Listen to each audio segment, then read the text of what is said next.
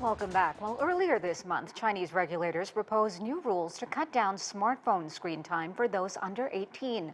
China's already put time limits on video game playing. Now it's floating a daily limit of between 40 minutes and 2 hours for smartphone screen time for children, depending on their age.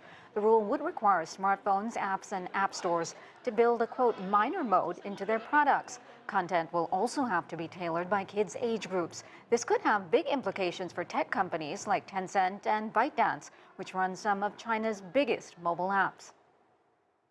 And for more on this new proposal, Phillip Yin spoke to Dan Ye, CEO of College Node. The kids waste thousands, millions of hours collectively, playing games. Kids could use that time more productively into studying, into doing sports. So the idea behind this regulation is noble. However, I highly doubt it will work because the parents giving kids the device, it's the parent who decide how much time the kids will have. So even if you build a minor mode into the phone, the parent could just disable the minor mode and let the kids play as much as they want. I mean, look, most kids don't listen to their own parents. So unless you physically, unless the government forces the phone companies to physically just have a shut-off valve after 15 minutes, these kids are probably smarter than we are, and they're going to find a way around it. I think the idea is not crazy. I just question how this would be realistically implemented. And as you heard from my intro, I suppose depending on the age of the child, they would get, I'm assuming, more screen time, right?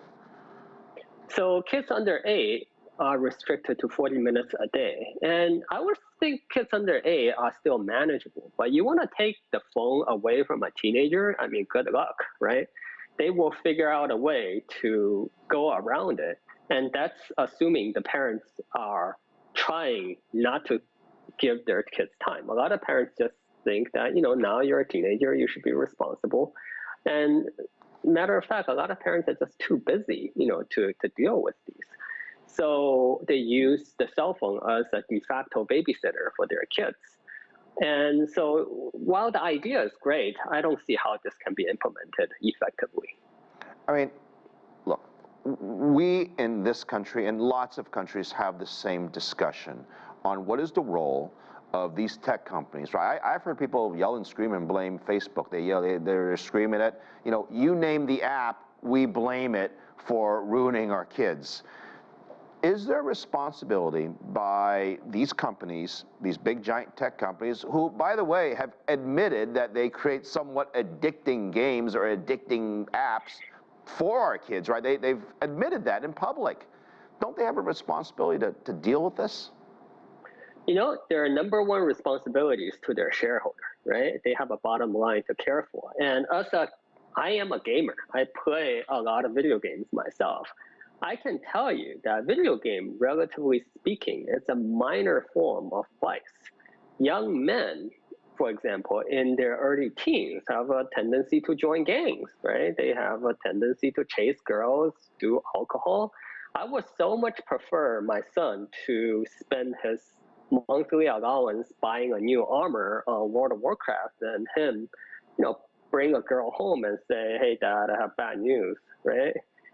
So, the idea behind this is good, but even if it can be implemented, even if the government could restrict the screen time to 40 minutes or 2 hours per day, what are you going to replace that with?